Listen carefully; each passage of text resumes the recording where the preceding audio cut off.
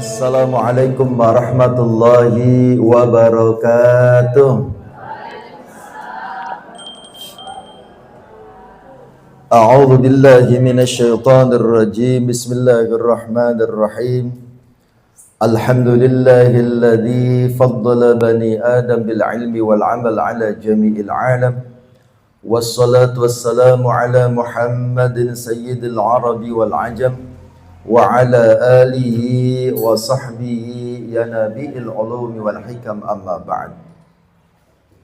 Ibu yang dirahmati Allah, mari kita buka terlebih dahulu majelis kita dengan bersama-sama membaca basmalah. Bismillahirrahmanirrahim. Gimana kabarnya ibu-ibu? Sehat ya? Alhamdulillah. Sampun liburan kemana-mana ya? Saya baru datang tadi malam dari tanggal 29, berarti hari Senin itu ya. Senin, Selasa, Rabu, Kamis, 4 hari. Ke Pondok Mertua Indah. Ya. Ke rumah mertua di Lamongan, Paciran. Anak-anak minta liburan di sana ya. Di sana kan dekat pantai, Bu, jadi banyak main di pantai ya. Alhamdulillah tadi malam saya baru nyampe ya, liburan ya, menemani anak di rumah mbahnya. Karena majelis taklim juga pada libur semua itu. Dari tanggal 29 sampai tanggal 1 itu pada libur. Ya. Dan ini majelis taklim yang kedua ya, setelah saya liburan. Ya. Tadi pagi saya subuh di Masjid Al-Ikhlas Katang. Jadi saya berangkat dari tadi jam 3 ya. Tadi malam baru tidur kurang lebih jam 10, jam 2 sudah bangun, ya, jam 3 sudah berangkat. Ya. Subuh di Al-Ikhlas Katang sampai jam setengah 6 kajian. Terus saya istirahatnya tadi di Masjid Husnul Khotimah, Ngadi Simo. Ya, Masjid Husnul Khotimah. Saya istirahat di sana, terus jam setengah 8 berangkat ke sini. Dari sini nanti saya khutbah Jumatnya di kantor pajak, ya, kantor pajak Kota Kediri. Ya. Jadi nggak pulang ini sampai Jumatan nanti. Ya. Ya. Baik, kita mulai kajian kita. Ya. Pagi hari ini kita melanjutkan surah Al-Mulk. Ya. Insya Allah satu tema, satu bahasan itu ayat 16 sampai ayat 19. Ya. Jadi kita pagi hari ini membahas ayat 16 sampai ayat 19. Sebelumnya perlu kita ingat kembali bahwa surah Al-Mulk ya, secara umum ya, isinya itu berisi tentang penjelasan tentang kekuasaan Allah. Kemudian tentang ancaman bagi orang yang lalai. Yang ketiga tentang jaminan perlindungan bagi orang yang beriman. Secara umum surah Al-Mulk seperti itu isinya. Nah pada ayat 16 sampai ayat 19 ini ya, Allah mengajarkan kita agar kita tidak merasa aman dari murka Allah. Jangan merasa aman dari murka Allah. Ya. Jangan merasa aman dari azab Allah. Kemudian ayat 16 sampai 19 ini juga Allah mengajarkan kepada kita tentang pentingnya tawakal dan rasa takut yang seimbang dengan harapan. Takut itu berarti khauf, harapan itu artinya roja. Ya. Jadi dalam menjalani hidup ini, dua hal ini harus seimbang, khauf dan roja. Khauf itu rasa takut, rasa khawatir, roja itu harapan atau optimis. Itu harus imbang. Seperti halnya pada saat kita berdoa kepada Allah, ya, antara khauf dan roja itu harus seimbang. Ya. Khauf itu artinya takut dan khawatir doa kita tidak dikabulkan oleh Allah. Ya. Roja, ya, Roja itu optimis. Ada harapan doa kita akan dikabulkan oleh Allah. Itu dua hal ini harus imbang. Tidak boleh hanya salah satunya saja. Seumpama hanya khauf, ya, hanya takut, doanya tidak akan dikabulkan, ibadahnya tidak akan diterima. Itu nanti akan membuat kita bersedih, bahkan frustasi. Ya, kayaknya nggak mungkin dikabulkan doa saya. Saya sudah terlalu banyak dosanya. Kayaknya nggak mungkin ibadah saya diterima, wong ilmu saya belum banyak. Nah itu kalau cuma khauf, ya, yang ada dalam diri kita nanti akan membuat kita bersedih, bahkan bisa menjadi kita frustasi. Ya. Atau rojanya saja, hanya memiliki harapan dan optimisme, tidak ada khaufnya. Nanti itu juga tidak baik, karena nanti kita menyepelekan dosa-dosa. Tenang aja, Gusti Allah itu maha pengampun. Dosa segini mah terlalu kecil buat Allah, pasti diampuni. Nyantai. Akhirnya dia tetap terus berbuat dosa, ya. Karena dia yang ada cuma roja, ya, harapan dan optimis, ya, bahwa dosanya pasti diampuni, doanya pasti dikabulkan. Nah ini tidak boleh, ya. Hanya salah satu, dua-duanya harus ada. Harus ada khauf dan ada roja. Ada rasa khawatir, ibadahnya tidak diterima, tapi juga ada rasa optimis, ibadahnya diterima. Ya. Ada rasa khawatir, doanya tidak dikabulkan, tapi juga ada rasa optimis, ya, doanya dikabulkan. Itu harus imbang. Kalau istilah anak ABG-nya itu apa? H2C, harap-harap cemas. Berharap doanya dikabulkan, tapi juga cemas dan khawatir tidak dikabulkan. Ya, itu dua-duanya harus ada. Baik, kembali ke masalah utamanya. Jadi ayat 16 sampai ayat 19 ini Allah mengajarkan kepada kita agar kita tidak merasa aman dari murka Allah. Berikutnya adalah agar kita tawakal dan menyeimbangkan antara takut dan harapan. Nah sekarang kita bahas, ya, ayatnya. A'udzubillahi minasyaitonirrajim. A'amintum man fis sama'i ay yakhsifa bikumul arda fa idza hiya tamur. Apakah amintum kalian merasa aman, ya, man terhadap orang yang dimaksud adalah Allah, fis sama'i yang ada di langit, ayyakhsifa bikumul ardo, bahwa Allah akan menjungkir balikan bumi, ya, bersama kalian, fa idza hiya tamur, maka tiba-tiba bumi itu terguncang. Nah ayat ini merupakan teguran keras dari Allah Subhanahu wa taala, ya, terhadap, ya, kita manusia yang merasa aman dari azab Allah Subhanahu wa taala. Ya. Sehingga, ya, orang yang merasa aman dari azab Allah itu sehingga dia menyepelekan dosa-dosa. Ya. Enggak apa-apa, wong ini cuma zina kering katanya. Pernah dengar istilah zina kering ya? Apa maksudnya zina kering? Ya berzina tapi nggak nyampe mandi basah katanya gitu. Cuma jalan-jalan sama suami orang kan gitu ya. Cuma makan berdua sama suami orang gitu ya. Nah, itu kan cuma zina kering kan gitu ya.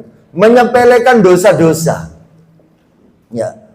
Orang yang merasa aman dari azab Allah, merasa aman dari teguran Allah, maka dia akan menyepelekan dosa-dosa dan malas melakukan ibadah. Ya. Nah, teguran dari Allah ini kemudian dilanjutkan, diingatkan. Apakah kalian merasa aman terhadap Allah yang ada di langit, bahwa dia akan menjungkir balikan bumi bersama kalian? Ya. Jangan merasa aman dari azab Allah. Kenapa? Karena Allah itu mampu kapan saja mengguncang bumi. Ya. Sehingga membuat kita manusia akan binasa tanpa persiapan.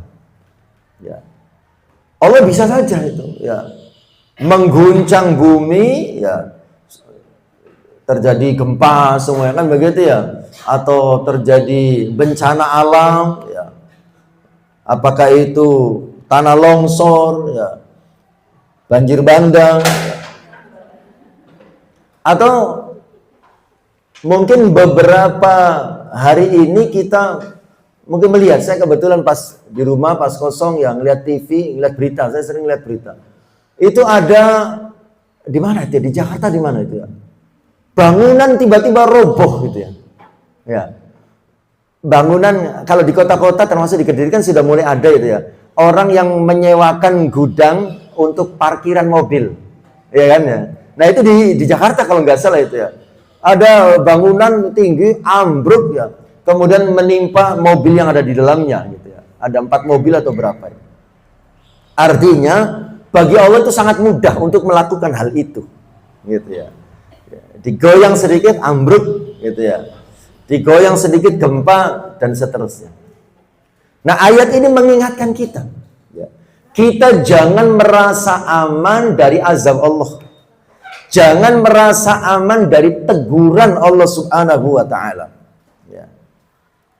Karena Allah itu sangat mampu, sangat bisa ya, untuk memberikan teguran kepada kita. Contoh, ya, saya mungkin pernah bercerita waktu di rumah sana itu ya, tentang kejadian di Lamongan ya, di daerah mertua saya. Ya. Ada orang kaya raya punya 2 rumah, ruko gitu ya.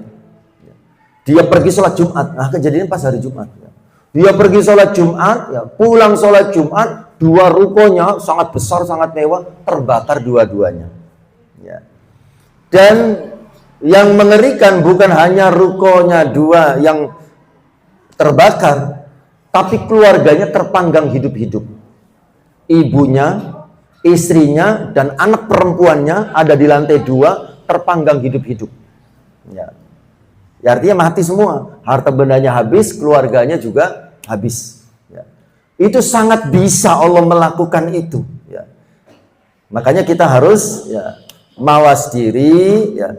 Jangan merasa aman dari azab Allah Subhanahu wa taala. Karena banyak orang yang berkata ketika terjadi bencana, wah ini ya bencana biasa ini. Ini memang sudah musimnya, memang musim hujan ya. Kapan saja bisa terjadi banjir. Ya. Nggak bisa itu kita berkata begitu.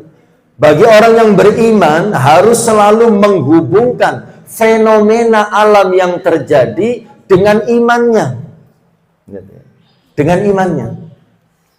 Masih ingat ya, saya pernah menyampaikan bahwa musibah itu sesuatu yang tidak enak. Musibah bisa menimpa siapapun. Ya.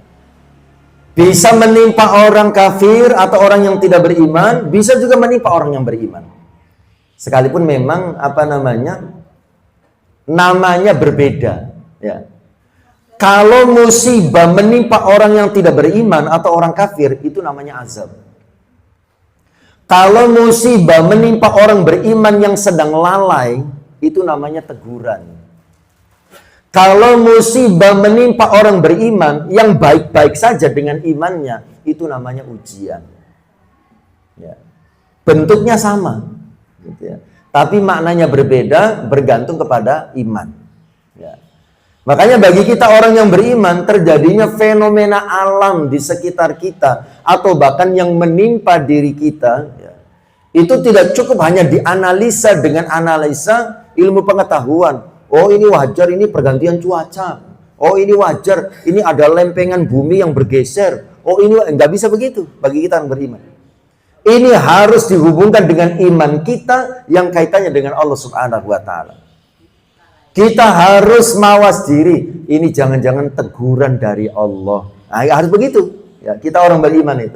Tidak cukup ini, wah ini fenomena alam biasa. Jangan.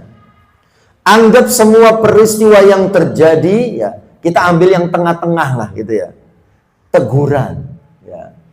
Kalau ujian, ya, itu kalau terjadinya pada orang lain. Ya. Orang lain dapat musibah, kita harus husnudon. Oh dia sedang diuji sama Allah. Artinya kita berhusnudon, dia itu orang baik, ya, dapat musibah berarti sedang diuji oleh Allah.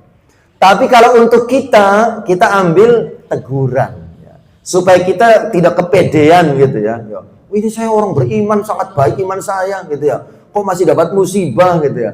Nah itu anggap itu sebagai teguran bahwa kita sedang lalai ya dengan iman kita. Baik, kembali lagi ya. Jadi contoh kekinian dari ayat 16 ya. Terjadinya gempa tiba-tiba, tanah longsor, bangunan roboh. Ya. Banyak orang berkata ini bencana alam biasa. Tapi bagi kita, orang yang beriman, tidak. Ini adalah teguran dari Allah Subhanahu wa Ta'ala. Teguran agar kita apa? Ya agar kita pertama tidak sombong. Ya. Kita tidak sombong. Ya. Kan banyak manusia modern itu sombong. Sombongnya itu sombong dengan ilmunya, ya. Sombong dengan kekayaannya, sombong dengan jabatannya, ya. Sehingga dia lupa kepada Allah bahwa semua yang terjadi itu ada campur tangan Allah di dalamnya. Dia sukses itu bukan karena kehebatannya, tapi karena Allah yang memang membuka jalannya. Dia selamat itu bukan karena ilmunya, tapi karena memang Allah ingin menyelamatkannya. Jadi kita orang beriman itu harus selalu menghubungkan segala sesuatu itu dengan Allah Subhanahu wa Ta'ala. Ini teguran ya, supaya kita tidak sombong. Ini teguran supaya kita tidak lalai dari sholat. Ini teguran supaya kita tidak meremehkan dosa-dosa kecil. Ya.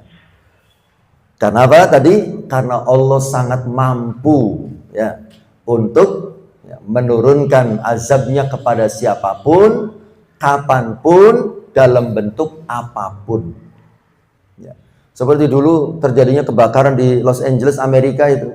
Itu kan karena kesombongannya Trump, ya. Karena kesombongannya Trump. Ya. Pada waktu itu dia mengatakan dengan pongahnya, kalau tawanan yang ada di Gaza tidak dibebaskan, Timur Tengah saya akan bikin menjadi neraka.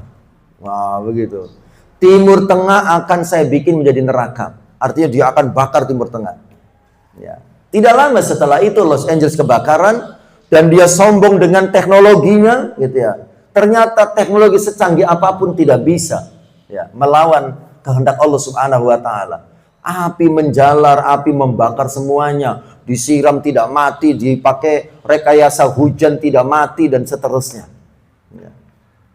Itu teguran ya, dari Allah Subhanahu wa Ta'ala agar tidak sombong. Ya. Allah ingin menegaskan bahwa Allah maha mampu untuk melakukan apapun. A'amintum man fis sama'i ay yakhsifa bikumul ardu fa idza hiya tamur. Nah itu ya tafsir ayat 16. Jadi ayat 16 itu tafsir ringkasnya Allah menegur manusia yang merasa aman dari azabnya. Ya. Saya ulangi, ayat 16 itu tafsir ringkasnya Allah menegur manusia yang merasa aman dari azabnya. Padahal Allah mampu kapan saja mengguncang bumi, membuat manusia binasa tanpa peringatan. Ya contohnya tadi ya, terjadi gempa tiba-tiba, tanah longsor, bangunan roboh ya. Ini peringatan dari Allah ya, agar manusia tidak sombong, tidak lalai dari sholat, ya, tidak meremehkan dosa-dosa kecil. Ayat 17, am amintum man fis samai ayyursila alaikum hasiba fasata'lamuna kaifa nadhir. Ataukah kamu merasa aman bahwa Allah akan mengirimkan badai batu? Maka kelak kamu akan mengetahui bagaimana peringatanku. Ya. Nah, tafsir singkat dari ayat 17 ini, Allah mengingatkan bahwa azab Allah itu bisa datang dari atas. Ya. Bisa datang dari atas. Seperti apa? Hujan batu. Ya. Angin topan atau bencana lain yang tidak bisa ditolak oleh manusia. Ya. Jadi azab Allah itu tidak hanya dari bawah, ya. Seperti gempa itu kan dari bawah ya, longsor, banjir itu dari bawah, itu bisa dari atas. Ya.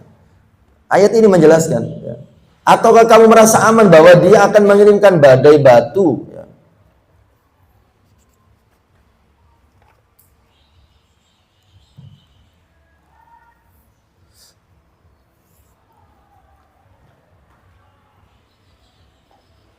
Ya, jadi ini peringatan dari Allah ya, bahwa Allah mampu mendatangkan azab dalam bentuk apapun. Contoh kekinian ya, hari ini saat ini, nah ini hujan yang sangat deras yang tidak wajar gitu ya. Kemudian angin puting beliung. Ini kan terjadi di beberapa tempat itu kan ya. Kita lihat di berita itu kan angin puting beliung yang menghancurkan semuanya ya. Kemudian cuaca yang sangat ekstrim ya.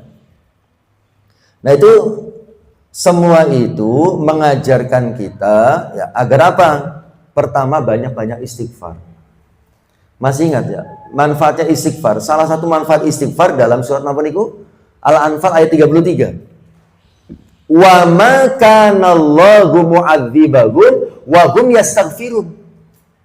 Wa ma kana Allahu, dan tidaklah Allah mu'adzibahum, akan mengazab mereka.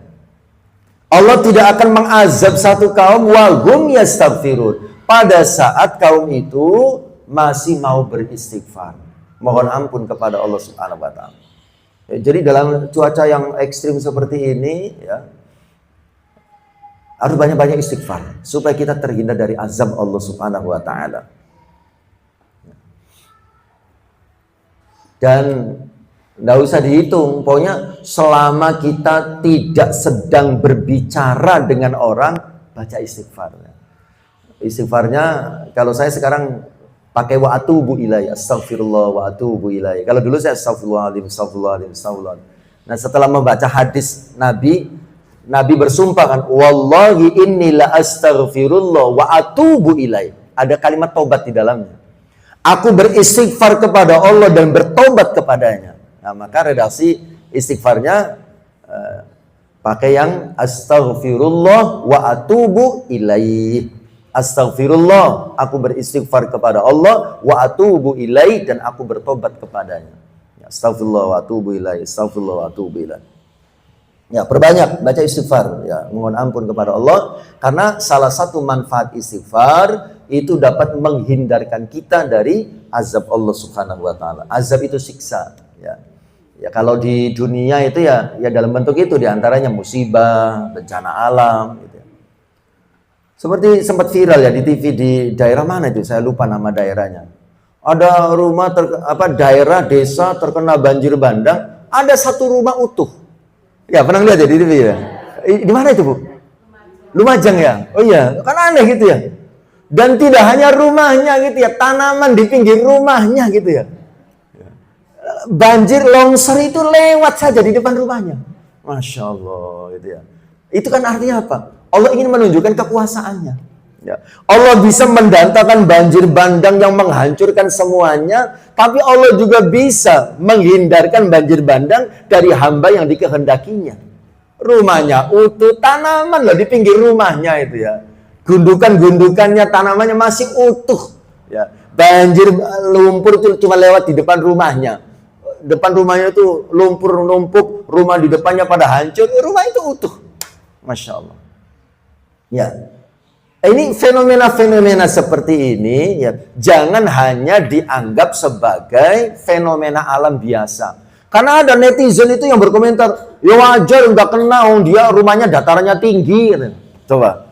Masih saja mengelak dari kekuasaan Allah. Ditafsiri begitu, ya wajar itu cuma lewat. Yang namanya air mengalir itu kan mencari dataran yang lebih rendah. Itu kan datarnya lebih tinggi, ya aman kalau. Nah itu. Jadi tidak mau mengakui bahwa itu adalah kehendak Allah. Tidak mau mengakui itu adalah kekuasaan Allah. Ya. Bagi kita orang beriman itu bagian dari kekuasaan Allah. Ya, Allah ingin menunjukkan. Gitu ya. Allah mampu menghancurkan, tapi Allah juga mampu menyelamatkan. Makanya kita harus banyak bergantung kepada Allah Subhanahu wa taala. Banyak-banyak istighfar, Bu. Ya. Dalam segala situasi ya. Dalam segala situasi perbanyak istighfar ya. Kemudian ya berikutnya ya, mengajak keluarga untuk taat gitu ya. Karena kalau ada salah satu yang bermaksiat, kemudian yang lain membiarkan ya, ketika yang bermaksiat itu mendapat azab dari Allah, tidak menutup kemungkinan yang tidak bermaksiat itu juga akan ikut terkena akibatnya. Dalam Al-Quran itu surat nomor itu, wattaqu fitnatan la tusibannal ladzina dzalamu minkum khassah. Ya, takutlah akan fitnah, akan azab, akan bencana yang tidak hanya menimpa orang yang berbuat zalim saja. Ya. Ingat, zalim itu bisa zalim pada orang lain, bisa zalim pada diri sendiri. Zalim pada diri sendiri itu pada saat kita bermaksiat kepada Allah, itu namanya zalim pada diri sendiri. Jadi pada saat ada orang yang berbuat zalim pada dirinya sendiri, artinya berbuat dosa kepada Allah, maka azab itu tidak hanya menimpa orang itu saja, tapi orang yang ada di sekitarnya itu tidak menutup kemungkinan terkena dampak dan akibatnya. Ya. Seperti yang pernah saya gambarkan, ini gambaran dari Nabi. Kita ini seperti orang yang sedang naik perahu. Ya. Pada saat ada salah satu penumpang perahu yang pengen minum, tapi nggak mau repot, gitu ya. Artinya dia kalau mau minum harus naik ke atas, harus ngambil di atas. Dia nggak mau repot, dia melobangi perahu dari bawah. Wah, repot naik ke atas, dilobangi saja perahunya, nanti juga kan keluar air. Ya. Ketika yang lain mendiamkan, ada orang melobangi perahu, kan sering kita mendengar kalimat begini di masyarakat. Jarne ae, ojo melok-melok urusannya dewe-dewe. Ya, pernah mendengar begitu ya? Biarkan saja, itu urusan sendiri-sendiri, yang penting kita tidak ikut melakukannya. Itu banyak kalimat itu. Kelihatannya kalimat itu sangat bijak. Kan begitu ya? Bijak banget gitu ya. Nggak usah ikut-ikut, biarkan saja, itu urusan sendiri-sendiri, resiko ditanggung sendiri-sendiri. Ternyata setelah perahunya bolong, air masuk, memenuhi perahu, perahunya tenggelam. Yang tenggelam yang melobangi saja apa semua yang numpang di perahu itu? Semuanya tenggelam. Itulah yang dimaksud oleh ayat Allah, wattaqu fitnatan la tusibannal ladzina dzalamu minkum khassah. Saya penasaran, itu surat apa ya? Ayat berapa, Bu? Saya cari ya. Ya, biar bisa dibaca ya. Wattaqu fitnatan. Kalau nggak salah Al-Anfal apa ya? Kita cari ya. Wattaqu fitnatan la tusibannal. Oh iya, Al-Anfal ayat 25. Ya. Al-Anfal ayat 25. Wattaqu fitnatan la tusibannal ladzina dzalamu minkum khassah. Ya. Takutlah akan fitnah. Fitnah di situ bermakna azab, bencana, teguran dari Allah. La tusibannal ladzina dzalamu minkum khassah. Tidak hanya menimpa orang yang berbuat zalim saja. Ya. Ya terutama ya di rumah tangga kita, orang-orang terdekat kita. Kalau salah satu dari anggota keluarga kita melakukan dosa dan kemaksiatan, kita harus menegur, mengingatkan. Ya. Karena khawatirnya ketika azab Allah turun, tidak hanya keluarga kita yang melakukan dosa saja yang terkena azab itu, tapi bisa menimpa semuanya. Ya. Baik. Kembali ke ayat 17. Ya, jadi ayat ini mengingatkan bahwa azab Allah itu bisa datang dari atas, ya. Seperti hujan batu, angin topan, atau bencana lain. Contoh kekinian hari ini, hujan deras tidak wajar, angin puting beliung, cuaca ekstrim. Nah, semuanya ini harus mengajarkan kepada kita agar kita banyak-banyak beristighfar, kemudian mengajak keluarga untuk taat. Dan yang ketiga, tidak menunda-nunda taubat. Ya. Banyak istighfar, mengajak keluarga untuk taat, dan tidak menunda-nunda taubat. Santai aja, cik nom ae kok. Oke, toh kayak wong tuwek kok rajin menibadahe kan. Nah, itu kan banyak yang begitu. Cik nom ae kok santai. Padahal ya, malaikat Israel tidak melihat umur gitu ya. Umur berapapun, ya kalau Allah berkehendak, ya bisa dipanggil oleh Allah Subhanahu wa Ta'ala. Ayat 18, ya. Walaqad kadzdzabal ladzina min qablihim fakaifa kana nakir. Dan sesungguhnya orang-orang sebelum mereka telah mendustakan rasul-rasulnya, maka alangkah hebatnya kemurkaanku, kata Allah Subhanahu wa taala.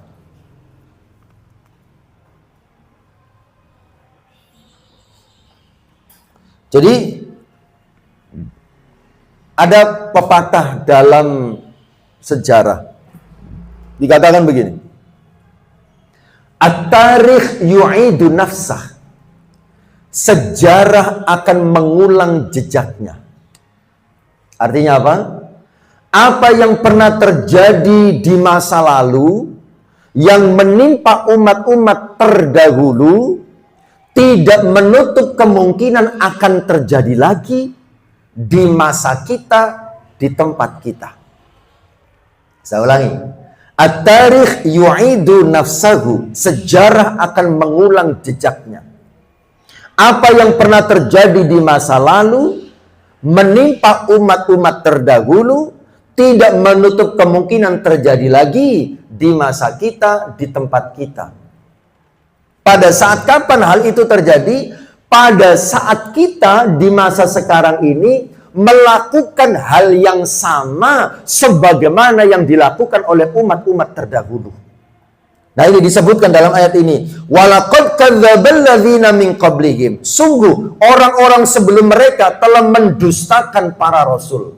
Artinya tidak mau beriman, tidak mau mengikuti nasihat.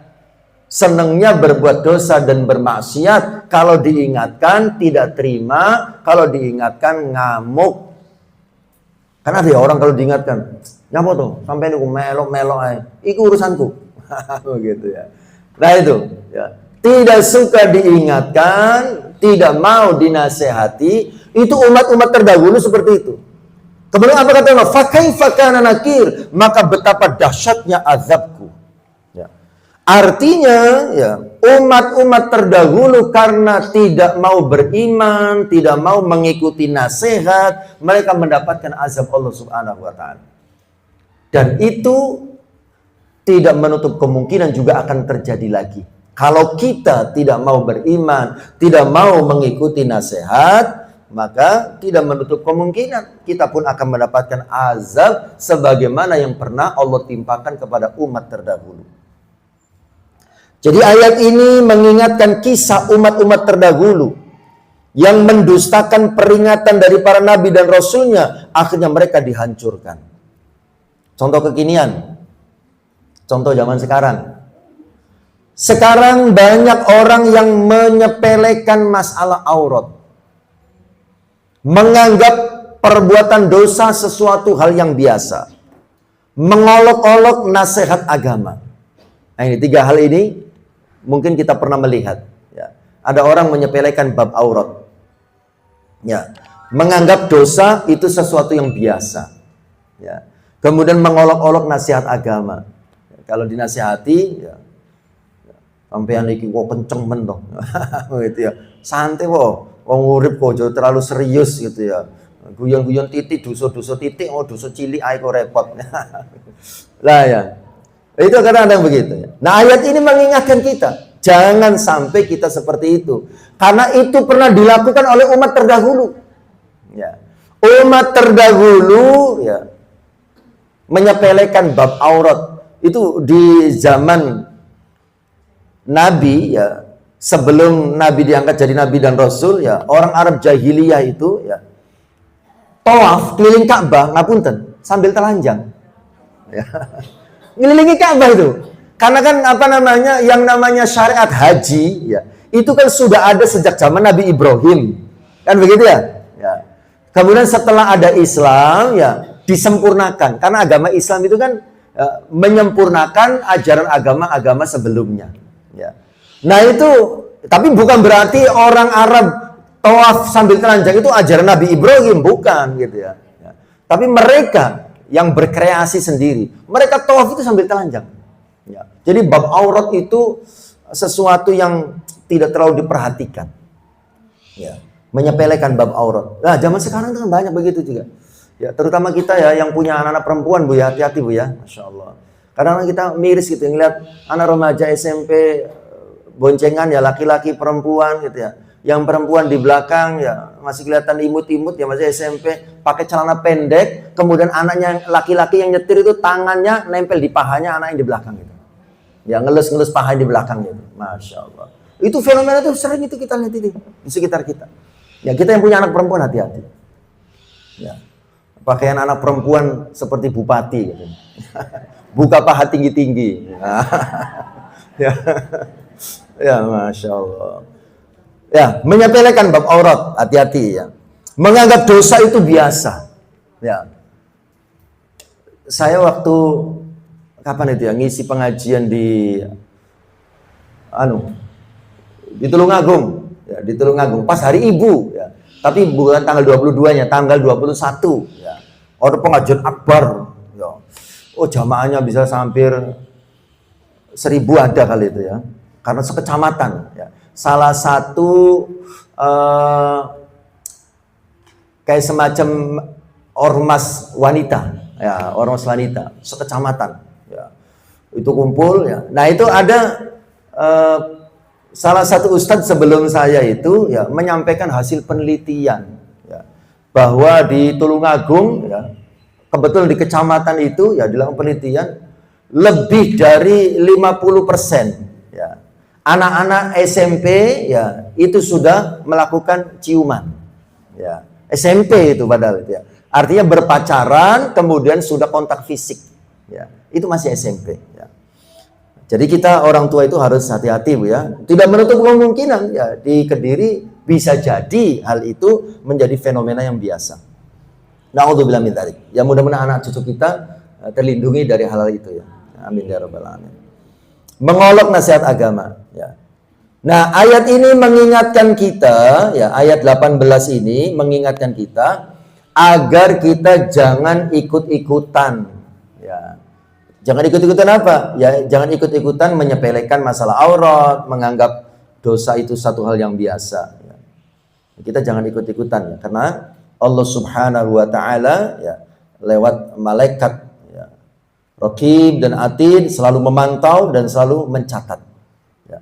Umat-umat terdahulu ya menyepelekan masalah itu akhirnya mendapat azab dari Allah Subhanahu wa taala. Nauzubillahi min dzalik. Ayat 19 ya. 18 tadi. Ya. Ayat 18 Allah mengingatkan kisah umat terdahulu yang mendustakan peringatan. Akhirnya mereka dihancurkan. Ayatnya itu tuh, walaqad kadzdzabal ladzina min qablihim fakaifa kana nakir. Ya. Ayat 19 ya. Awalam yarau ila thairi fawqahum saffati wa yaqbid ma yumsikuhunna illa rahman innahu bikulli syai'in basir. Tidakkah mereka memperhatikan burung-burung yang dimudahkan terbang di angkasa bebas? Tidak ada yang menahannya selain Allah. Sesungguhnya pada yang demikian itu benar-benar terdapat tanda-tanda kebesaran Allah bagi orang-orang yang beriman. Nah, tafsir ringkas dari ayat ini ya, Allah ya, menutup ayat ini dengan rahmatnya. Artinya apa? Ya, burung bisa terbang karena Allah yang menahannya, bukan karena kekuatannya sendiri. Ya. Kan burung terbang kemudian kadang mengepakkan sayapnya, kadang menguncupkannya gitu diam, ya, tapi tidak terjatuh. Ya. Ya Allah menjelaskan lewat ayat ini ya, bahwa yang menahannya itu adalah Allah Subhanahu wa taala, bukan karena ya, kehebatan burung itu yang bisa menahan diri ya, tapi itu karena kekuasaan Allah Subhanahu wa taala. Ya. Artinya semua kenikmatan yang ada di atas muka bumi yang kita rasakan, yang kita dapatkan, itu semua adalah rahmat dari Allah Subhanahu wa taala. Ya, termasuk burung yang bisa tidak jatuh, ya bisa tetap stabil di angkasa, itu karena rahmat Allah Subhanahu wa taala. Ya contoh kekinian ya di tempat kita ya, kita masih bisa bernafas, masih bisa berjalan, itu karena rahmat Allah Subhanahu wa taala. Rizki masih tetap datang, itu karena rahmat Allah. Ya, anak-anak sehat, anak-anak baik, itu semuanya rahmat dari Allah. Ya, rumah aman, rumah nyaman, itu semua rahmat dari Allah Subhanahu wa taala. Bukan karena kehebatan kita, ya, tapi semua karena rahmat Allah Subhanahu wa taala. Ya. Makanya kita harus selalu mengingat Allah Subhanahu wa taala. Ya. Nah, ini yang dirahmati Allah, ya. Kemudian ya, terakhir dari ayat-ayat ini, ayat 16 sampai ayat 19 ini mengajarkan kita 3 hal penting. Ya, ayat 16 sampai ayat 19, ya, kesimpulannya ya, mengajarkan kita tentang 3 hal yang sangat penting. Apa itu? Yang pertama, jangan pernah merasa aman dari murka Allah.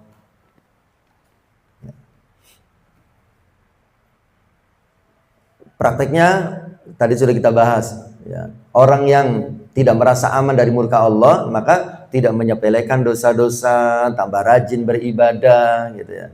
Yang kedua, ya, ayat 16 sampai ayat 19 ini mengajarkan kita agar segera bertobat dan memperbaiki diri. Segera bertobat dan memperbaiki diri. Ya. Jangan seperti umat-umat terdahulu, ya, yang senang berbuat dosa dan maksiat. Ya, akhirnya mereka dihancurkan dan diazab oleh Allah Subhanahu wa taala. Yang ketiga,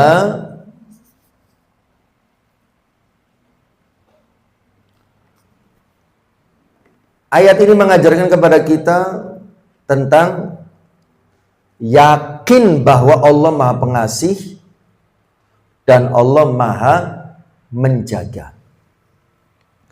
Allah Maha Pengasih dan Allah Maha Menjaga. Nah, kalau kita yakin, ya, Allah Maha Pengasih dan Allah Maha Menjaga, maka apapun yang terjadi di sekitar kita, selama kita masih mau bergantung kepada Allah, maka kita akan diberikan ketenangan hati oleh Allah Subhanahu wa taala. Jadi kalau kita gelisah gitu ya, bingung, cepat-cepat wudhu, ya, sholat 2 rakaat, ya. Kalau waktunya di waktu jam sholat duha, ya sholat duha, ya. Kalau di waktu yang netral, ya, semua habis sholat zuhur sudah, ya, sudah ba'diyah zuhur juga, kemudian belum masuk asar, kok kita gelisah gitu ya, wudhu, sholat sunnah 2 rakaat. Nah, sholat apa itu? Sholat sunnah mutlak namanya. Ya. Jadi sholat sunnah mutlak itu sholat sunnah yang tidak terikat oleh waktu dan tidak terikat oleh jumlah rakaat. Ya, niatnya bagaimana? Ya, dalam hati saya niat sholat sunnah karena Allah. Udah begitu. Itu namanya sholat sunnah mutlak. Setelah itu perbanyak berzikir, baca Al-Quran, gitu ya. Itu namanya kita menggantungkan urusan kita kepada Allah. Jadi asal kita gelisah gitu, kayak bingung apa segala, cepat wudhu, sholat sunnah 2 rakaat, ya, baca Al-Quran, berzikir, ya, insya Allah kita akan diberikan ketenangan hati oleh Allah Subhanahu wa taala. Oke, selesai ayat 16 sampai 19. Sekarang kita lanjutkan ayat 20, ya.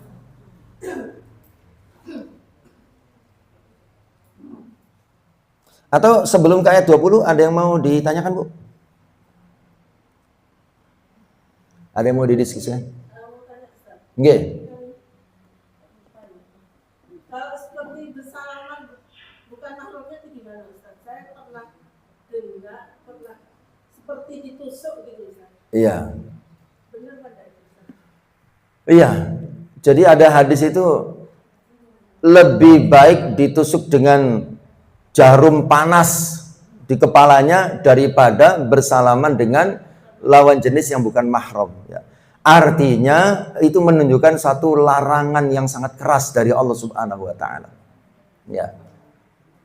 Usahakan ya, kalau bisa dihindari, ya. Karena banyak orang yang alasannya tuh sungkan, nggak bisa dihindari, ya, nggak enak, kan begitu ya. Nggak apa-apa, ya, kita tunjukkan prinsip kita, tunjukkan jati diri kita. Nanti kalau orang itu sudah tahu, dia akan memahami. Yang penting kita menolaknya tidak dengan ketus, kan begitu ya. Ya. Ya, yang aman itu salaman gaya Sunda. Ya, sambil tetap tersenyum. Nggih, ngapunten. Ya, insyaallah. Ya, jangan sampai, wah gitu ya, kayak sampai mukul.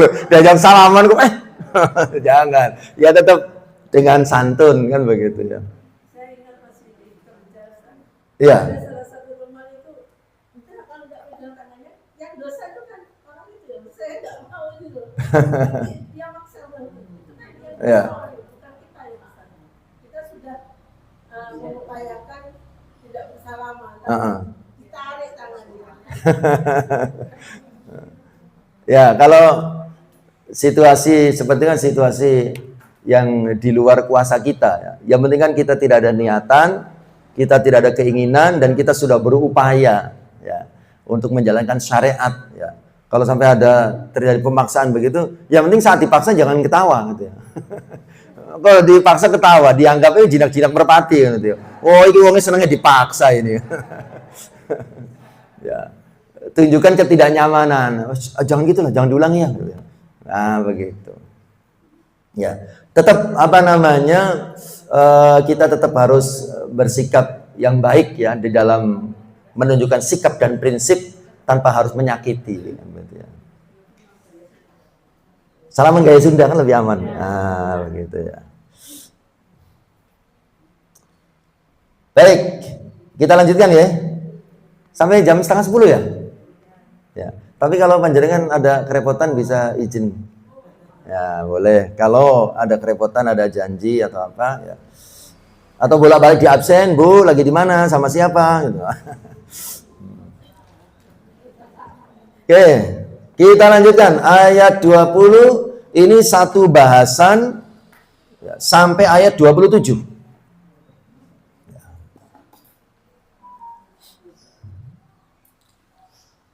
Kita baca ayatnya. Bismillahirrahmanirrahim. Amman hadzal ladzi huwa jundul lakum yansurukum min dunir rahman inil kafiruna illa fi ghurur. Atau siapakah dia yang menjadi tentara bagimu yang akan menolongmu selain daripada Allah yang Maha Pemurah.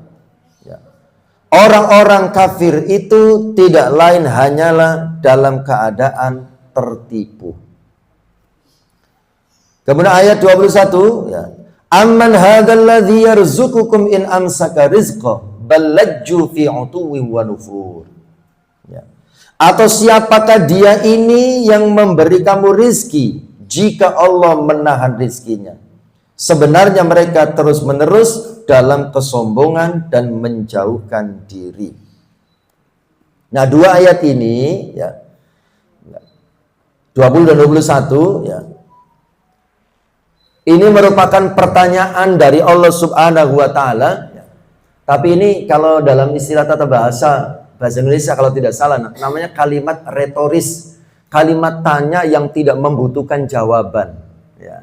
Karena jawabannya sudah jelas, yaitu Allah Subhanahu wa ta'ala. Jadi dua ayat ini berisi pertanyaan siapa yang bisa menolong dan siapa yang bisa memberi rizki selain Allah Subhanahu wa ta'ala.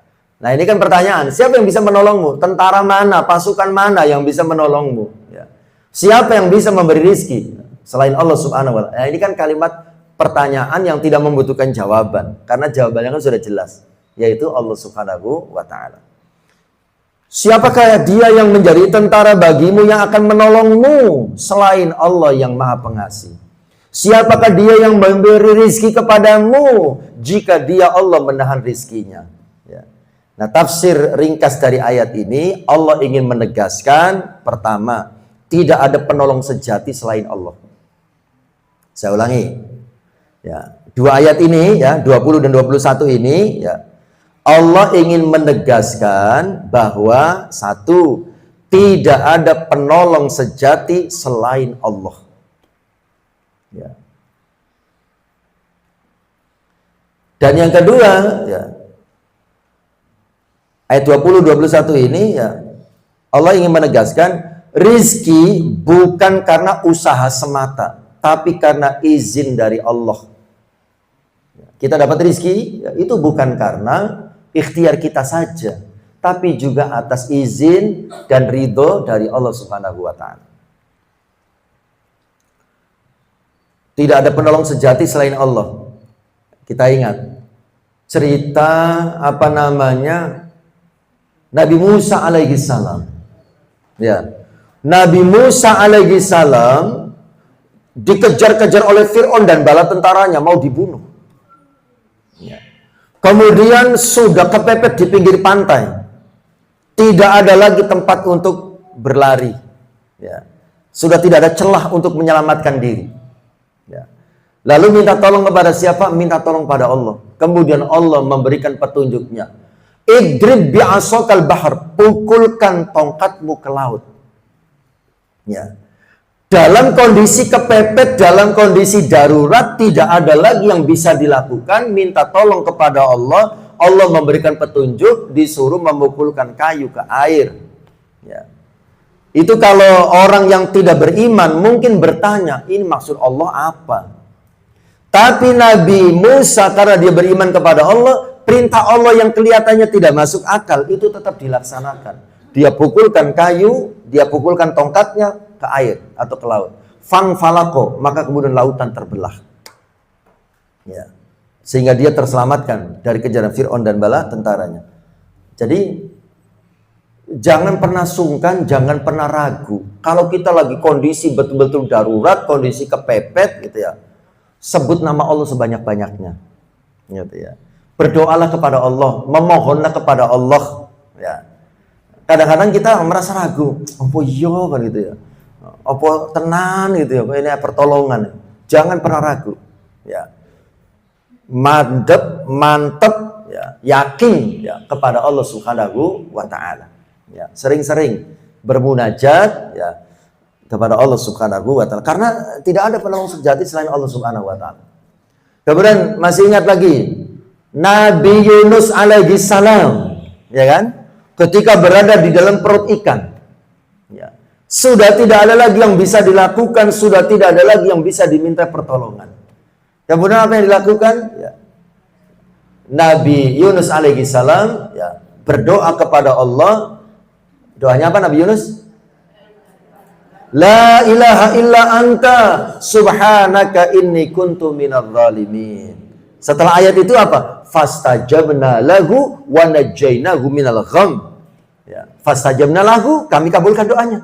Wa najjaynahu minal gham, dan kami selamatkan dia dari masalahnya. Ya, jadi penolong sejati adalah Allah Subhanahu wa Ta'ala. Nah, kita itu kan seringkali ya, kalau ada apa-apa, kalau ada masalah ya, minta tolongnya langsung to the point kepada manusia. Ya. Lupa gitu kepada Allah Subhanahu wa Ta'ala. Kan banyak yang begitu ya. Asal ada masalah langsung ingat temannya. Ya. Ada masalah langsung ingat orang tuanya. Ada masalah langsung ingat kakaknya. Ada masalah langsung ingat adiknya. Ada masalah langsung ingat temannya yang biasa menolongnya. Ya. Yang diingat pertama bukan Allah. Itu banyak kan kita refleksnya kan begitu. Wah, ini kalau begini, yang seperti ini yang bisa nolong teman saya yang bernama si A. Ini kalau masalah begini yang bisa minta tolong. Nah, gitu.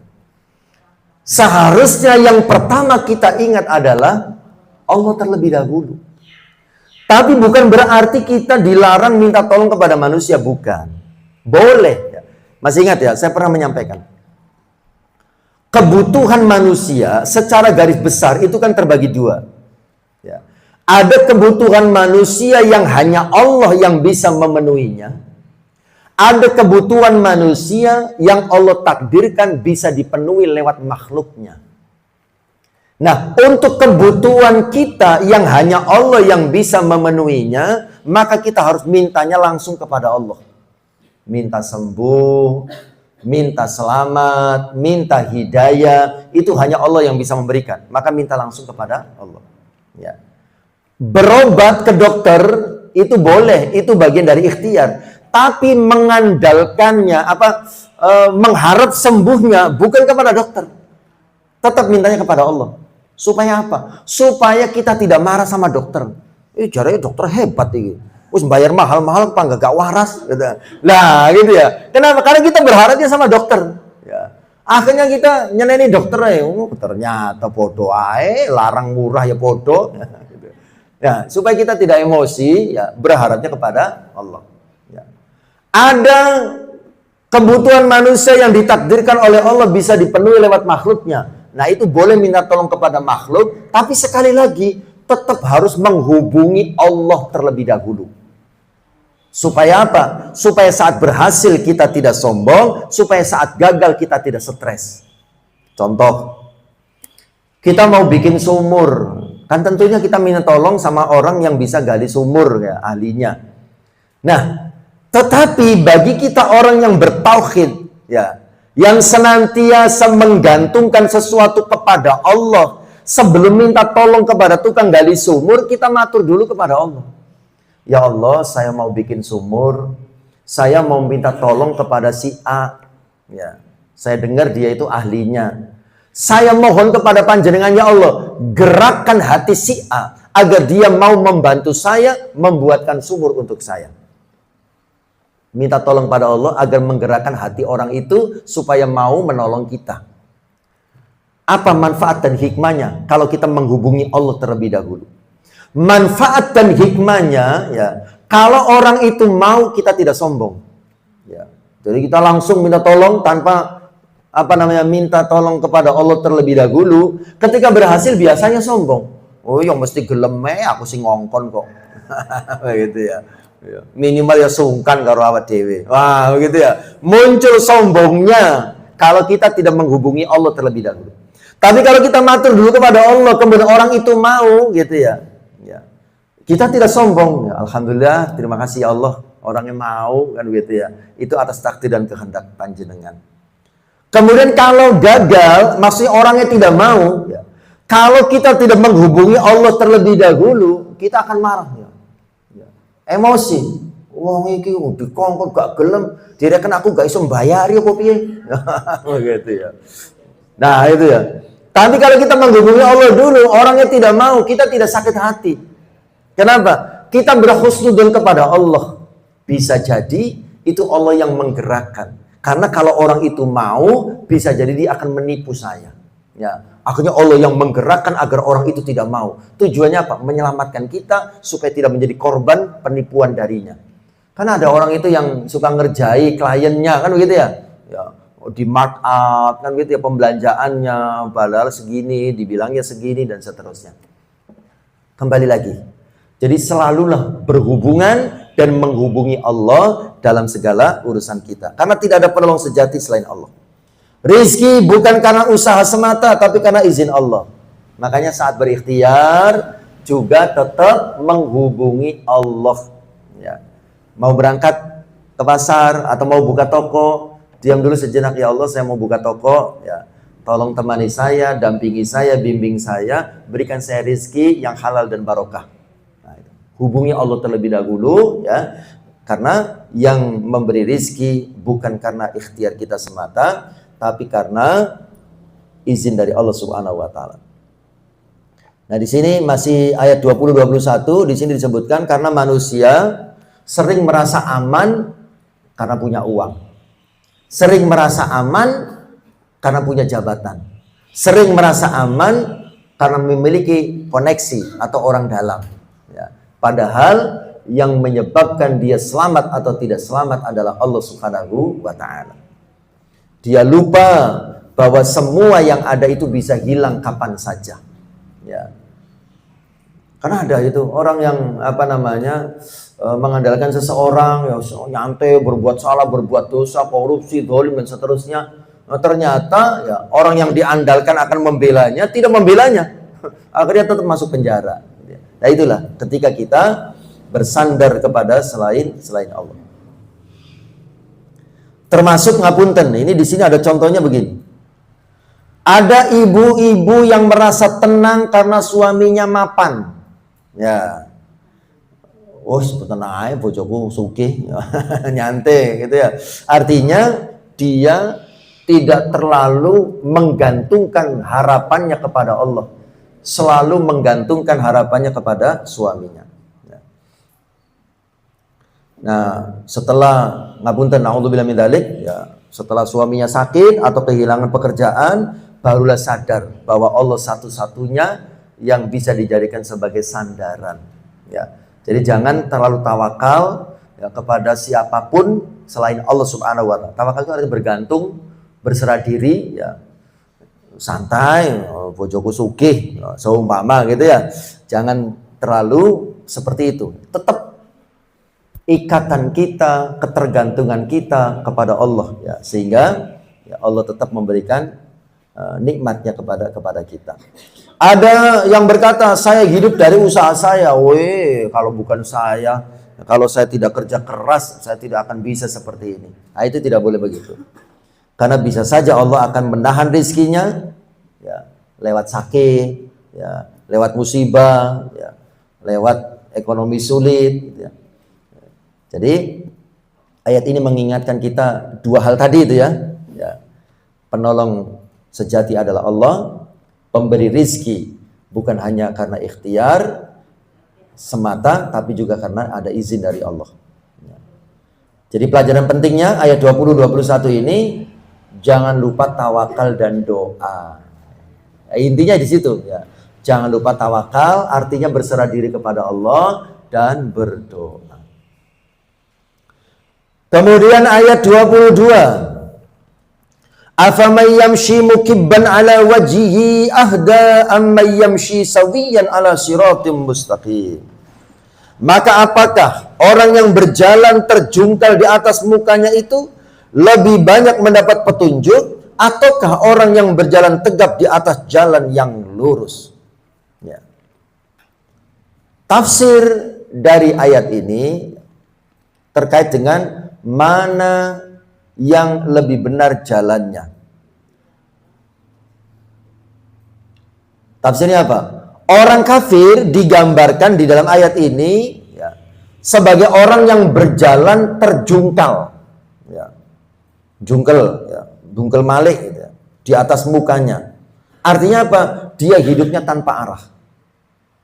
Orang kafir digambarkan orang yang berjalan terjungkal, ya, dengan wajahnya, artinya hidupnya tanpa arah. Sementara orang beriman berjalan tegak di jalan yang lurus, artinya dia hidup dengan iman dan petunjuk. Siapa yang paling benar jalannya di antara dua orang ini? Ya, gitu ya. Ini sekali lagi namanya kalimat retoris, kalimat tanya yang tidak membutuhkan jawaban, karena jawabannya kan sudah jelas. Jawabannya tentu yang paling benar dan lurus adalah orang yang beriman, gitu ya. Ya. Orang yang beriman, ya, yang berjalan tegak lurus di jalan yang sesuai dengan syariat.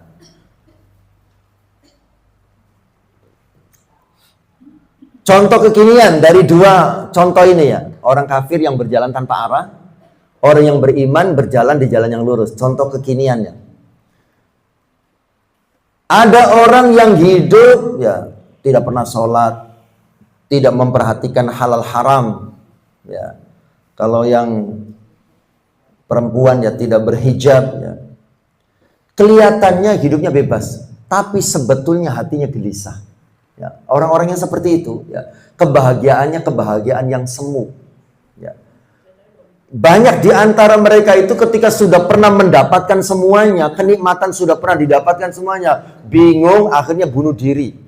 Ya, terutama di Barat yang paling banyak gitu ya. Di Eropa, di Barat itu artis-artis Hollywood itu ya, ada beberapa nama tapi saya lupa namanya. Sedang berada di puncak karir, uang banyak, rumah mewah, mobil mewah, sembarang pernah dilakukan, makanan sembarang sudah pernah, hubungan seks, bosan dengan orang ya, dengan binatang juga pernah. Karena ada mereka itu, mohon maaf ya, hubungan seks dengan anjing gitu ya. Karena ada itu, kelainan apa penyimpangan seksual gitu ya. Ya. Itu sembarang sudah pernah, kenikmatan dunia sudah pernah. Terus bingung kan begitu ya. Akhirnya mengakhiri hidupnya dengan bunuh diri.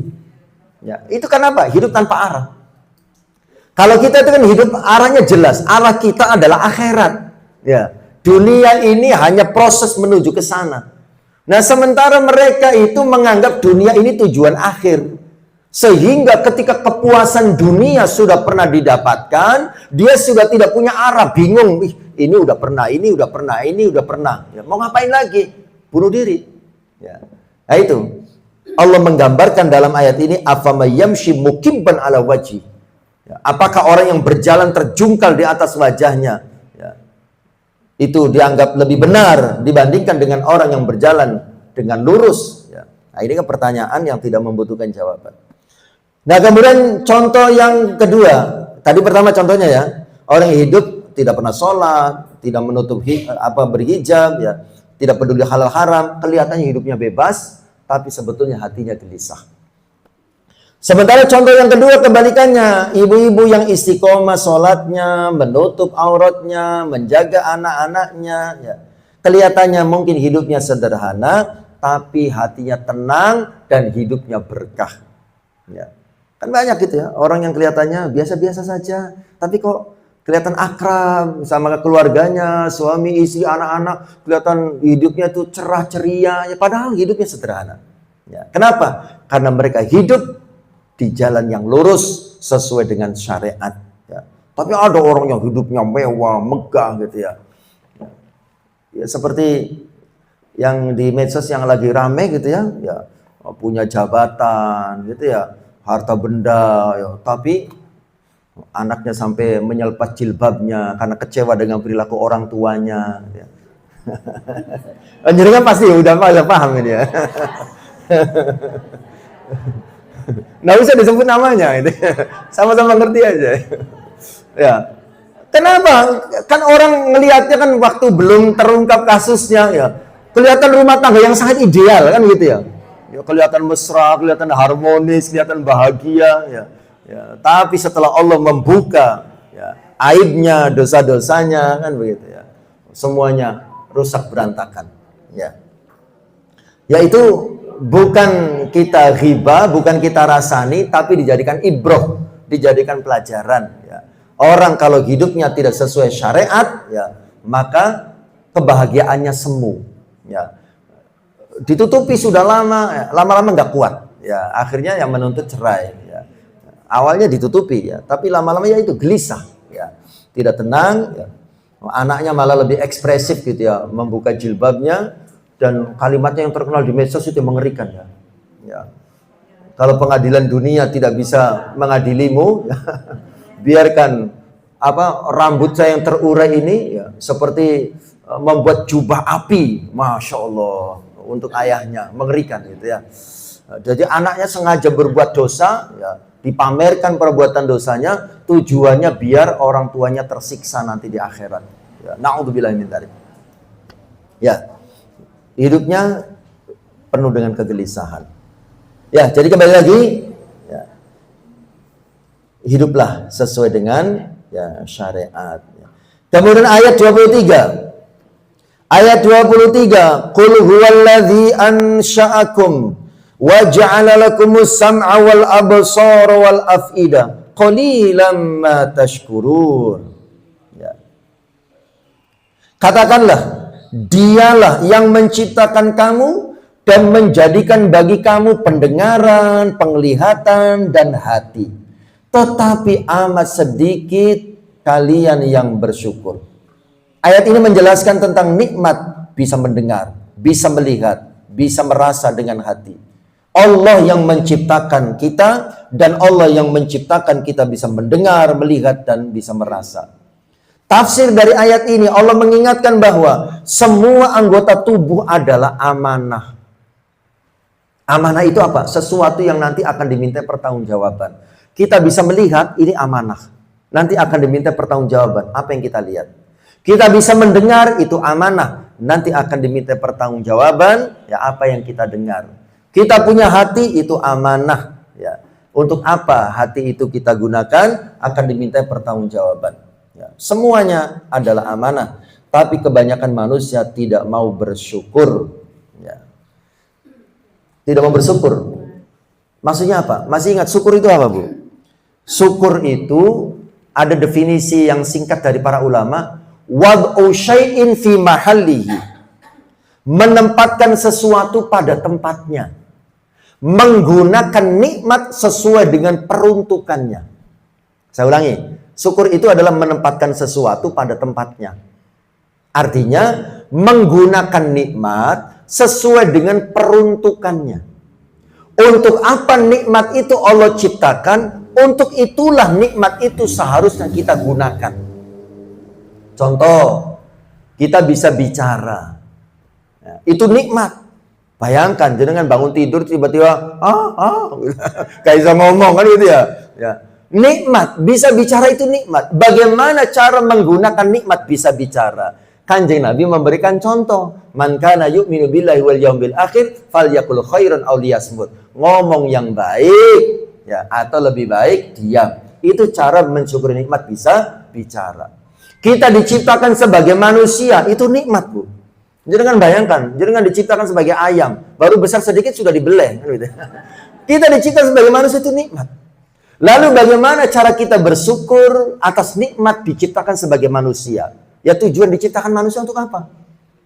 Untuk apa, Bu?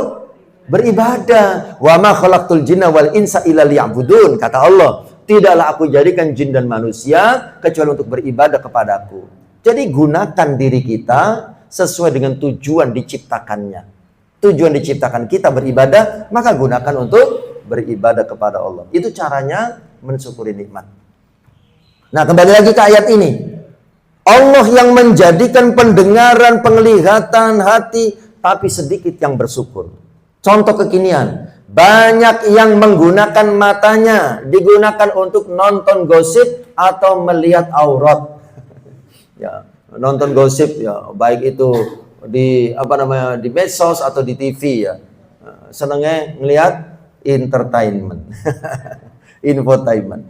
Yang kedua, telinga dipakai untuk mendengarkan ghibah ya. Kelihatannya nggak komentar blas tapi menong gitu. Kemudian dia ceritakan di tempat lain. Nah, itu bodoh ya. Kemudian hati yang dipenuhi dengan iri dan dengki. Yaitu contoh kekinian yang salah maksudnya kan begitu ya. Yang tidak bersyukur. Padahal semua itu nanti akan dimintai pertanggungjawaban oleh Allah Subhanahu wa taala. Itu ayat 23. Ayat 24. Qul huwallazi dzara'akum fil ardi wa ilaihi tuhsyarun. Ya. Katakanlah, dialah yang menjadikan kamu berkembang biak di atas muka bumi dan hanya kepadanya lah kalian nanti akan dikumpulkan. Dialah yang menjadikan kalian berkembang di atas muka bumi, punya anak, punya cucu, punya cicit dan seterusnya. Tapi Allah mengingatkan, nanti kepada Allah kita semua akan dikumpulkan. Artinya, tafsir dari ayat 24 ini, hidup di dunia ini hanyalah sementara. Semuanya nanti akan dikumpulkan di akhirat di hadapan Allah. Inti dari ayat ini, 24 ini. Bahwa kita hidup di dunia ini cuma sementara, nanti kita akan dikumpulkan di akhirat. Makanya jangan terlalu berlebihan di dalam mencintai nikmat yang ada di dunia. Ya. Sewajarnya saja mencintai nikmat. Di antaranya apa? Mencintai rumah, mencintai perhiasan, mencintai anak-anak. Ya, itu biasa saja. Kenapa? Karena semuanya nanti akan ditinggal. Tidak akan ada yang dibawa. Yang dibawa adalah amal soleh kita. Ya. Ya, jadi ya biasa sajalah, dinikmati ya sebagaimana biasa, bagaimana umumnya wajarnya, tapi jangan terlalu berlebihan. Ya. Terlalu berlebihan itu maksudnya ya sampai-sampai membuat kita lupa beribadah, gitu ya. Dikasih HP baru itu dikeloni 24 jam gitu ya. Sampai Masya Allah dengan segala posisi tengkurap, telentang, gak ucul-ucul gitu ya. Itu terlalu berlebihan mencintai. Ayat 25-26. Ya. Wa yaquluna mata hadzal wa'du in kuntum shadiqin. Qul innamal ilmu indallah wa innama ana nadhirum mubin. Kata Allah, katakanlah sesungguhnya ilmu tentang hari kiamat itu hanya ada pada sisi Allah. Dan sesungguhnya aku hanyalah seorang pemberi peringatan yang menjelaskan.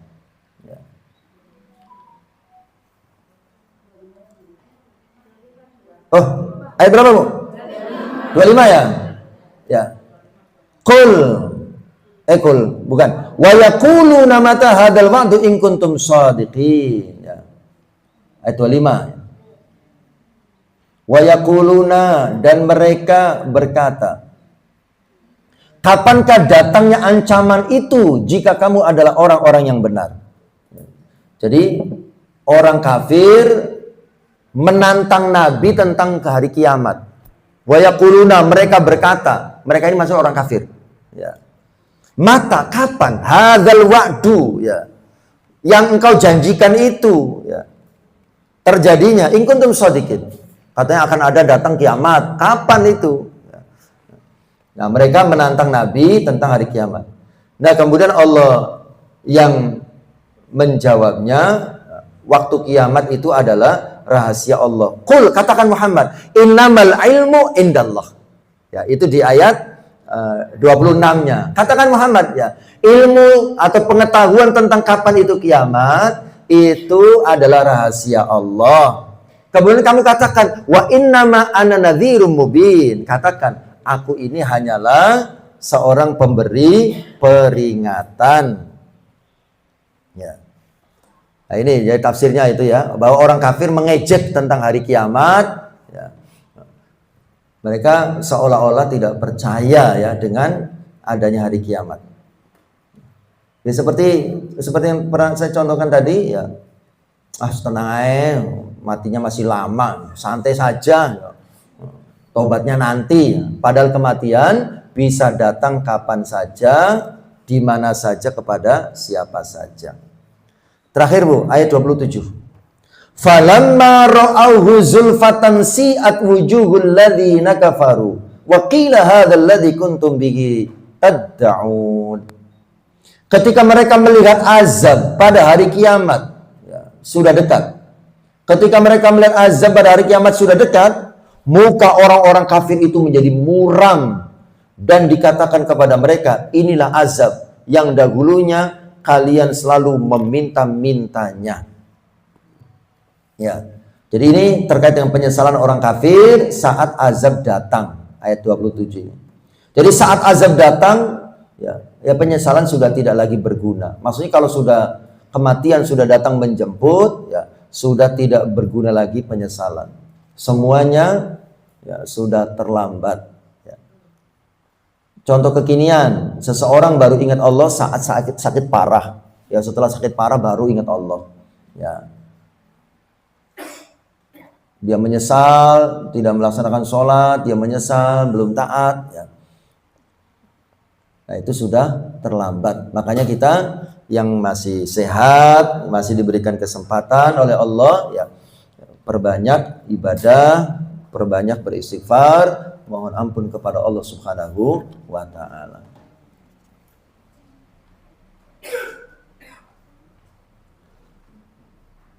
Penutup pesan terakhir ayat 20 sampai 27. 1. Ya, ini kesimpulannya, ya, ayat 20 sampai 27. 1. Ya, ayat 20 sampai 27 ini. Jangan menggantungkan hidup pada makhluk. Itu yang pertama. Ya, jangan menggantungkan hidup pada makhluk. Ya, apakah masalah keselamatan, apakah masalah rizki, jangan bergantung pada makhluk. Yang kedua, bersyukurlah atas nikmat tubuh dan nikmat iman. Ya. Kita diberi sehat, diberi bisa bicara, diberi bisa mendengar dan seterusnya, ya. Itu harus disyukuri dengan cara apa? Gunakan untuk beribadah. Kemudian mensyukuri iman, ya. Kita diberi iman itu harus bersyukur, harus dijaga. Karena hanya iman itulah yang nanti akan menyelamatkan kita di hari kiamat, ya. 3, pesan utamanya adalah hidup tawakal dalam rumah tangga. Jadi dalam rumah tangga itu harus banyak bergantung kepada Allah. Sekalipun suami mencukupi, sekalipun anak-anak mencukupi, tetap bergantungnya hanya kepada Allah. Supaya kita tidak sakit hati, tidak kecewa pada saat orang yang kita harapkan tidak memenuhi harapan kita. Ya. Kita mengharapkan teman kita peduli sama kita, teman kita menolong kita, ternyata dia tidak seperti yang kita harapkan. Nanti hati sakit, hati kecewa. Makanya bergantunglah dan berharaplah kepada Allah. Yang keempat, ya, tentang persiapkan bekal sebelum ajal tiba. Ya, jangan santai. Persiapkan bekal sebelum ajal tiba. Dunia ini tempat menanam. Ya, akhirat itu tempat memanen. Ya. Jadi dunia ini tempat menanam. Ya. Jadi jangan berharap hasil ketika di dunia. Contohnya berharap hasil ketika di dunia apa? Kita berbuat baik sama orang, kita berharap mendapat langsung balasan. Orang yang memuji kita, membalas kebaikan kita. Kalau kita berharap itu di dunia, siap-siap sakit hati dan kecewa. Gitu ya. Jadi jangan berharap. Ini tempatnya menanam. Pokoknya berbuat baik tanpa batas, loss, ya, tanpa berharap balasan. Ya. Hanya kepada Allah kita berharapnya. Karena kalau kita berharapnya di dunia, nanti sering sakit hati dan kecewa. Ya. Jenengan sudah pensiun, melihat anak-anak sudah pada mapan. Ya. Kemudian jenengan berharap sama anak-anak. Anak-anak memberikan perhatian, anak-anak memanjakan, gitu ya. Ternyata tidak didapatkan, nanti sakit hati dan kecewa. Kalau sudah sakit hati dan kecewa, khawatirnya keluar doa buruk untuk anak-anak. Na'udzubillah min dzalik. Ya, khawatirnya muncul doa buruk, ya. Itu kasihan. Ya. Ujung-ujungnya nanti kita juga yang susah. Ya. Jadi makanya sekalipun kita sudah mendidik, membina, memfasilitasi agar anak-anak kita sukses, setelah sukses jangan pernah berharap apapun dari mereka, kecuali berharapnya satu, mudah-mudahan mereka menjadi anak-anak yang soleh dan solehah, yang taat kepada Allah Subhanahu wa Ta'ala. Kan begitu ya? Karena kalau mereka sudah soleh dan solehah, pasti akan, ya, menjalankan kewajibannya sebagai anak yang soleh dan solehah. Jadi kita berharapnya jangan mengharapkan pemberiannya, mengharapkan perhatiannya, sudah, ya, jangan diharapkan itu. Harapkan dia menjadi anak yang soleh dan solehah. Karena kalau dia soleh dan solehah, pasti akan memperhatikan kita orang tuanya. Gitu ya. Oke, baik, selesai ibu-ibu yang dirahmati Allah. Ya, semoga kita semua kuat imannya, lembut akhlaknya, ya, dan siap bertemu dengan Allah dengan hati yang tenang. Amin ya rabbal alamin. Kita tutup dengan berdoa kepada Allah dengan harapan kita semua senantiasa diberikan kesehatan oleh Allah, diberikan umur yang panjang dan barokah, dimudahkan segala urusannya, dicapaikan semua harapan, cita-cita dan keinginannya, dilunaskan semua utang-utangnya, anak-anaknya yang sudah waktunya menikah cepat dipertemukan dengan jodohnya yang terbaik oleh Allah Subhanahu wa Ta'ala. Kemudian anak-anak kita semuanya dijadikan sebagai anak-anak yang soleh dan solihah, yang sukses masa depannya, membanggakan dan membahagiakan hati kita orang tuanya, dan bisa mendoakan orang tuanya ketika meninggal nanti. Dan mudah-mudahan kita semua diberikan husnul khatimah. Ala hadhihi niyyah wa ala kulli niyatin salihah. Al-Fatihah. Insyaallah. Bismillah. Alhamdulillahirabbil alamin. Siratal ladzina an'amta 'alaihim ghairil maghdubi 'alaihim waladdallin. Amin. Bismillahirrahmanirrahim. Alhamdulillahirabbil alamin. Hamdan syakirin, hamdan na'imin, hamdan yafi 'alaika fi mazida. Ya rabbana wa lakal hamdu kama yanbaghi li jalali wajhikal karim wa 'azimi sultanik. Allahumma salli ala sayyidina Muhammadin salatan tasum biha ala al-arzaq wa tuhassinu biha lana al-akhlaq wa ala alihi wa sahbihi wa sallim ya arhamar rahimin. Rabbana dhalamna anfusana wa illam taghfir lana wa tarhamna lanakunanna minal khasirin wa tub alaina maulana innaka antat tawwabur rahim. Allahumma inna na'udzubika minal hammi wal hazan wa na'udzubika minal ajzi wal kasal wa na'udzubika minal jubni wal bukhl wa na'udzubika min ghalabati ad-daini wa qahrir rijal. Ya hayy ya qayyum bi rahmatika nastaghith. Rabbi shrah lana sadrana wa yassir lana umurana wa yassir lana umurana wa yassir lana umurana wahlul 'uqdatam min lisani yafqahu qawlana. Rabbana ighfir lana dhunubana wa liwalidayna warhamhuma kama rabbayana shighara. Rabbana hab lana min azwajina wa dhurriyyatina qurrata a'yun waj'alna muttaqina imama. Rabbana la tuzigh qulubana ba'da idh hadaytana wa hab lana min ladunka rahmah innaka antal wahhab. Rabbana atina fid dunya hasanah wa fil akhirati hasanah wa qina adzabannar wa qina adzabannar wa qina adzabannar wa adkhilnal jannata mal abrar ya azizu ya ghaffar ya rabbal alamin. Wa sallallahu Muhammadin nabiyil wa ala alihi wa sahbihi wa sallam. Subhana rabbika rabbil izzati amma yasifun wa salamun alal mursalin walhamdulillahi rabbil alamin. Bisirril Fatihah. Insyaallah. Bismillah. Ya kana nasta'in. Surah al-ladzina an'amta 'alaihim. Demikian Ibu yang dirahmati Allah yang bisa disampaikan, mudah-mudahan ada manfaatnya. Kurangnya saya mohon maaf. Kita akhiri dengan hamdalah dan kafaratul majlis. Alhamdulillahirabbil alamin. Subhanakallahumma wa bihamdik asyhadu an la ilaha illa anta astaghfiruka wa atubu ilaik. Assalamualaikum warahmatullahi wabarakatuh.